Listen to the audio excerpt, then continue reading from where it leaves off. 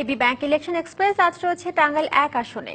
এই মুহূর্তে টাঙ্গাইলের মধুপুরের শহীদ স্মৃতি স্কুলে আছেন সহকর্মী বিকাশ বিশ্বাস। সরাসরি চলে যাচ্ছি তার কাছে। আজ শুনেছি আমরা টাঙ্গাইল ১ আসনের বিভিন্ন রাজনৈতিক দল, সাধারণ মানুষের কথা, সামনে নির্বাচনকে কেন্দ্র করে কোন দল কিভাবে প্রস্তুতি নিচ্ছে সেই কথাগুলো আমরা তুলে ধরেছি। এই মুহূর্তে আমাদের সঙ্গে যুক্ত হয়েছেন জনাব জাকির হোসেন সরকার, তিনি মধুপুর উপজেলা বিএনপি সভাপতি, এবং আছেন জনাব মাসুদ পারভেজ, তিনি এই উপজেলার এই পৌরসভার মেয়র এবং এই পৌর আওয়ামী লীগের সাধারণ সম্পাদক। প্রথমে যাবো জনাব জাকির হোসেন সরকার, আপনার কাছে। বিএনপির কেমন প্রস্তুতি রয়েছে, সাংগঠনিক কোনো দুর্বলতা রয়েছে কিনা, মনোনয়ন কেন্দ্রে কোনো দ্বন্দ্ব আছে কিনা? ধন্যবাদ আপনাকে। তো বাংলাদেশ জাতীয়তাবাদী দল আমাদের নেত্রী দেশনেত্রী বেগম খালেদা জিয়াকে কারাগারে রেখে এই মুহূর্তে আমরা নির্বাচনে যাওয়ার চিন্তা ভাবনা করছি না, কিন্তু তারপরেও যদি পরিস্থিতি অনুকূলে চলে আসে তাহলে নির্বাচন করার মতো পরিস্থিতি আমাদের অবশ্যই আছে এবং আমরা সাংগঠনিকভাবে আমাদের প্রস্তুতি আছে।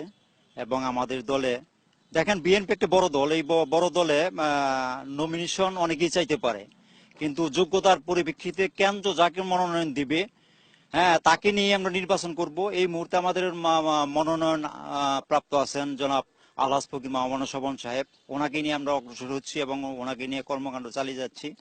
এবং ইনশাল্লাহ যদি এই দেশে অবাধ এবং সুষ্ঠু নির্বাচন অনুষ্ঠিত হয় এবং সেই নির্বাচনে বাংলাদেশ জাতীয়তাবাদী দলের নেতৃত্বাধীন 20 দলীয় জোট যদি অংশগ্রহণ করে, তাহলে ইনশাল্লাহ আমরা আমাদের এই হারানো আসনটি পুনরুদ্ধার করতে সম্ভব হব। বিএনপিরই কিন্তু কয়েকজনের কাছে শুনেছি যে তারা স্থানীয় কাউকে মনোনয়ন দেওয়া হোক এমন প্রত্যাশা করছেন, আপনার কি প্রত্যাশা রয়েছে?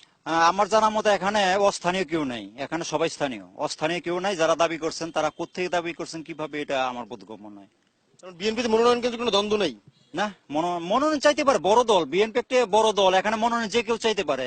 দল যাকে দেবে আমরা তার নেতৃত্বেই নির্বাচন করবো আর কি, ধানের শীষের পক্ষে। অনেক ধন্যবাদ জনাব জাকির হোসেন সরকার।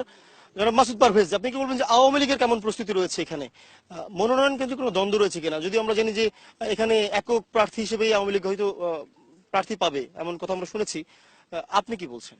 ধন্যবাদ আপনাকে, আপনার মাধ্যমে ডিবিসি টেলিভিশনকে আমি ধন্যবাদ জানাই এই কারণে যে আমাদের এই নির্বিত পল্লীতে জনমানুষের কথা শুনবার জন্য, তৃণমূল কর্মীদের কথা শুনবার জন্য আপনারা আমাদের কাছে এসেছেন।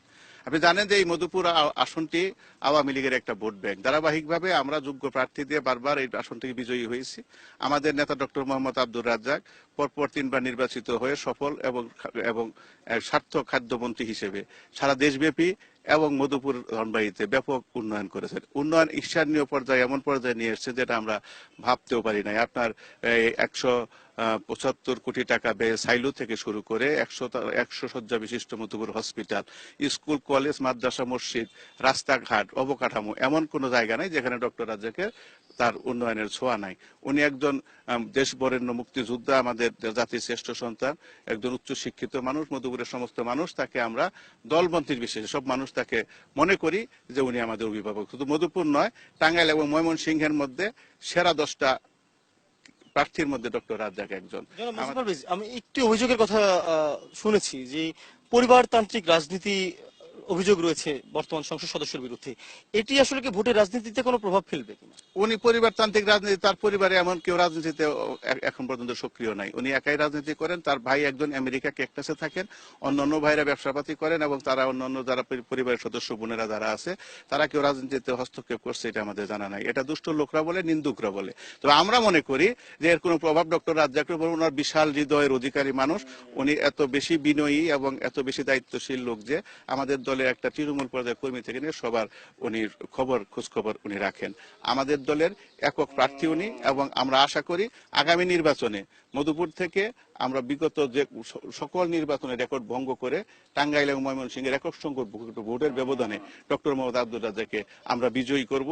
ওনার বিগত দিনের উন্নয়ন অগ্রগতির কারণে শত শত কোটি টাকার উন্নয়ন করেছেন, রাস্তাঘাট, পুল, কালভার্ট, সমস্ত প্রকল্প বাস্তবায়ন থেকে শুরু করে আমার মধুপুর পৌরসভাকে ফার্স্ট ক্লাস পৌরসভায় রূপান্তরিত করেছেন। এখন মধুপুর পৌরসভায় প্রায় 50 কোটি টাকার কাজ চলমান আছে, প্রায় 1 থেকে 150 কোটি টাকার প্রজেক্ট এখানে আমাদের পাইপলাইনে আছে। আমরা কাজকর্ম করবার ক্ষেত্রে সক্ষমতা অর্জন করছি। স্কুল, কলেজ, এখানে আপনার পিছনে দেখবেন একটা বিরাট আপনার ফ্যাসিলিটি বিল্ডিং আছে। মধুপুরের সমস্ত স্কুল কলেজগুলোতে এরকম বিল্ডিং, উদাহরণ ডক্টর রাজ্জাকের উন্নয়নের ছোঁয়া। সামনে দেখবেন আপনি যাওয়ার সময় একটা অডিটোরিয়াম, এত বড় অডিটোরিয়াম জেলা সদরেও নাই। মধুপুরের সমস্ত কিছুর ক্ষেত্রে ডক্টর রাজ্জাক এত বেশি বৈপ্লবিক উন্নয়ন করেছেন যে যার কারণে এই মধুপুর দ্বিতীয় গোপালগঞ্জ হিসেবে স্বীকৃত। এখানে আসলে বিএনপি একটা উজান স্রোতে ভেলা পাওয়ার জন্য শুধুমাত্র ইলেকশনে একটা অংশগ্রহণ করার নিয়ম রক্ষা করার জন্য ওনারা এসছেন।